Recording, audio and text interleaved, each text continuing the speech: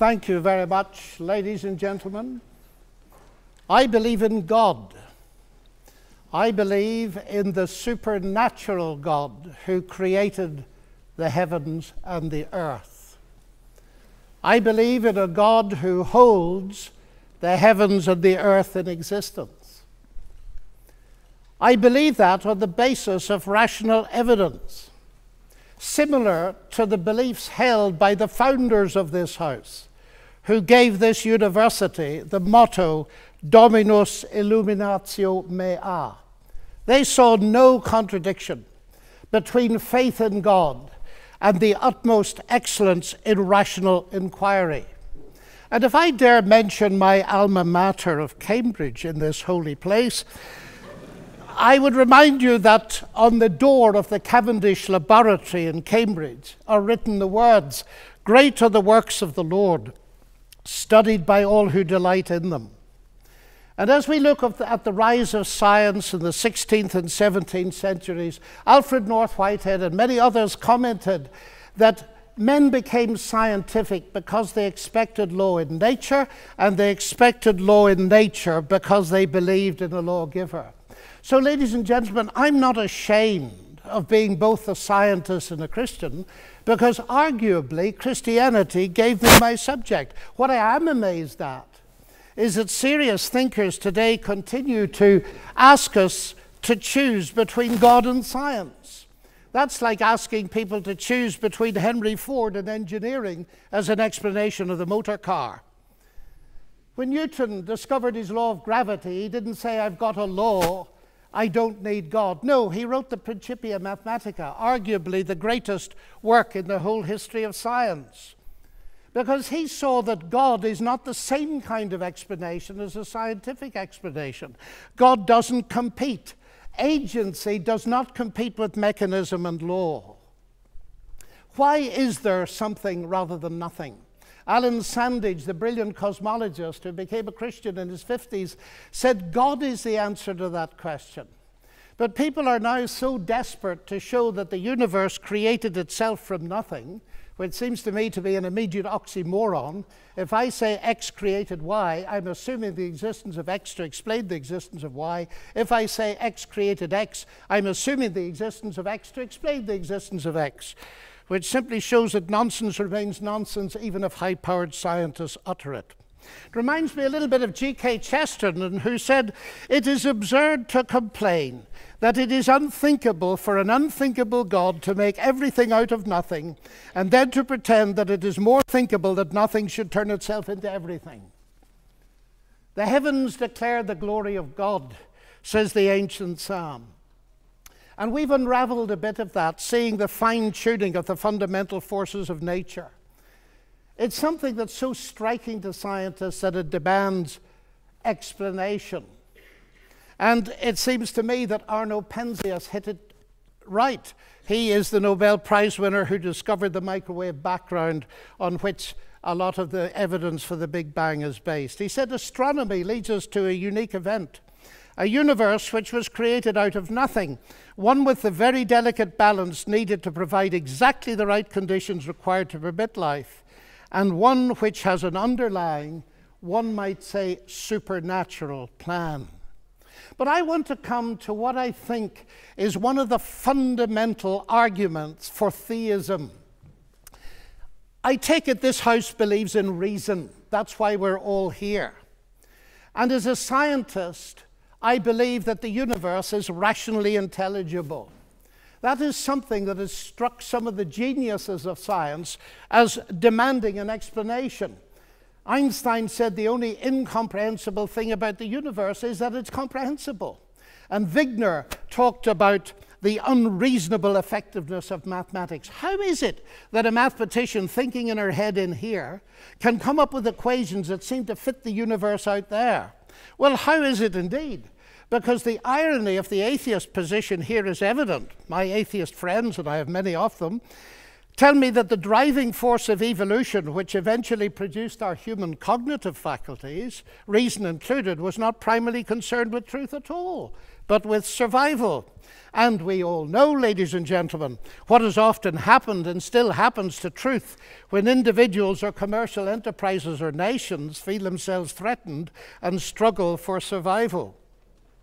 A leading philosopher, Alvin Plantinga of Notre Dame, says if atheists are right that we are the product of mindless, unguided natural processes, then they have given us strong reason to doubt the reliability of human cognitive faculties, and therefore inevitably to doubt the validity of any belief that they produce, including their atheism. Their biology and their belief in naturalism would therefore appear to be at war with each other in a conflict that has nothing at all to do with God. Yet my atheist friends still insist that it is rational for them to believe that the evolution of human reason was not directed for the purpose of discovering truth. And yet it is irrational for me to believe that human reason was designed and created by God to enable us to understand and believe the truth. Curious logic. By contrast with that, biblical theism asserts that ultimate reality is personal and intelligent, and the reason science works, and this was the motivating force that drove the great pioneers of science, is that the universe out there and the human mind in here that does the science are ultimately the product of the same intelligent divine mind. Human beings are made, we are told, in God's image, and that means that science can be done. That makes infinitely more sense to me as a scientist than atheism does. Now let me come briefly to ethics. Ethical behavior, like rational behavior, of course, does not itself require religious belief. This is consistent with the fact that humans are created in God's image as rational moral persons. But just as I suggest that rationality cannot be explained without the existence of God, so I dare to suggest that the existence of morality cannot be explained either. As modern science sprang from Judeo-Christian sources, so did the concept of human equality. Listen to atheist Jürgen Habermas, arguably one of Germany's leading intellectuals. He said that universalistic egalitarianism, from which sprang the ideals of freedom and a collective life and solidarity, the individual morality of conscience, human rights and democracy, is the direct legacy of the Judaic ethic of justice and the Christian ethic of love. This legacy, substantially unchanged, has been the object of continual critical appropriation and reinterpretation. To this day, there's no alternative to it. Everything else is just idle postmodern talk. And it seems to me he's hitting the core of something important, because the value of a human being on which such egalitarianism rests is based not on what the human being can do, but what she's made of, or how she's made in God's image. I never forget speaking on one of my many visits to Russia to a colleague in the Academy of Sciences. And he said, "You know, John, we thought we could abolish God and retain a value for human beings. We found we couldn't, and we murdered millions of them." And Alexander Solzhenitsyn has said, "If I'm asked, why is it that 60 million of my fellow countrymen were sacrificed?" He said, the answer is, we have forgotten God. Science, of course, marvelous as it is limited. Even a Nobel Prize winner, by analyzing a cake, cannot tell why it was made. But Aunt Matilda, who made it, can tell you. She can reveal it to you. But if she doesn't reveal it to you, you'll never know.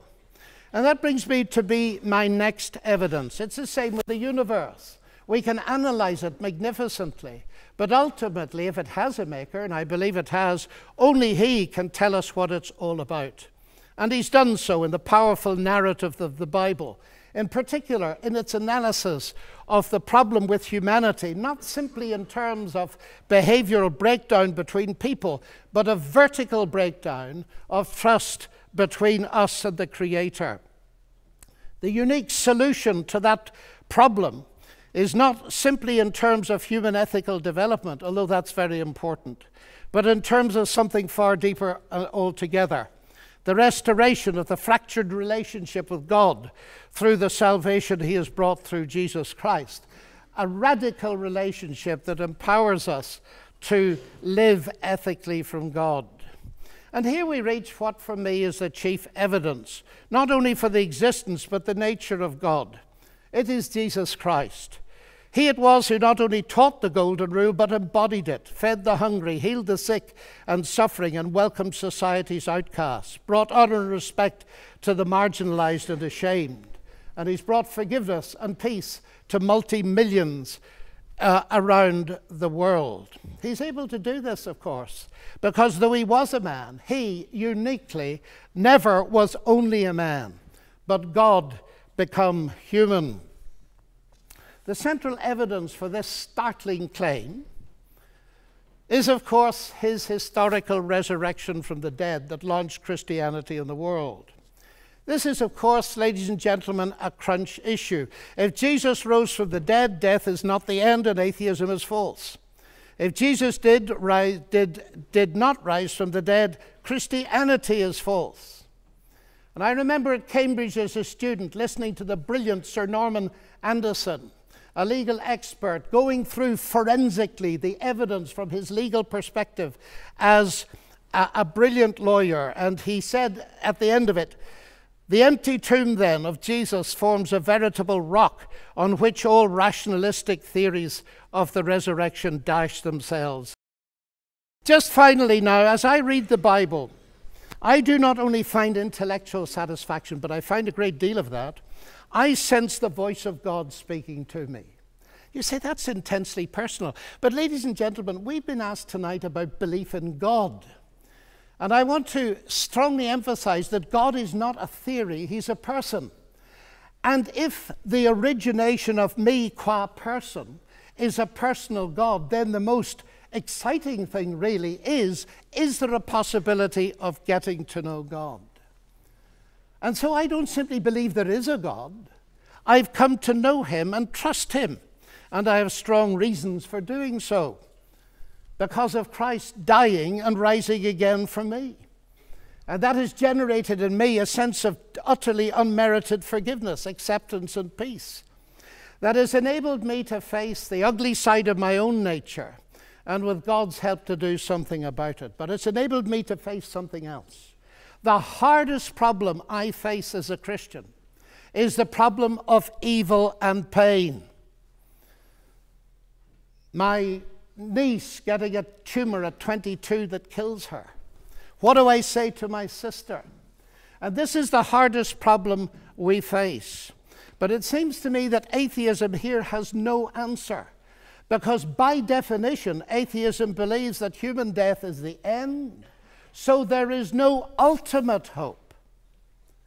But you see, ladies and gentlemen, we could stay here till midnight and beyond arguing, as has been done in this university for centuries, what a good God should, might, would, could, if not, possibly might, just could he not have done, and we'll get nowhere. So it seems to me there's another question we can ask, and it's this. Granted that life presents us with a double picture. We see some beautiful things. We see some ragged edges. We see hurt and pain, and we see joy. How can we come to terms with that? And it seems to me here is no simplistic answer, but a window into an answer, and it's this. If it is actually true that Jesus is, as I believe him to be, the Son of God, then we can ask the question, what is God doing on a cross? And the answer comes back at the very least. God has not remained distant from our human suffering, but has become part of it. And the other side of that is this. Because Jesus rose from the dead, he is going to be the ultimate judge. Now here's an irony, because atheism has no ultimate hope of justice by definition. The vast majority of people in the history of the world have died without justice and will die without justice. And if death is the end, then of course they have no hope of ultimate justice. But the promise in the New Testament, guaranteed by the resurrection of Jesus, is that he is to be the judge in the coming day. So, ladies and gentlemen, those are some of the reasons why I believe that God is real and worthy to be trusted. Thank you.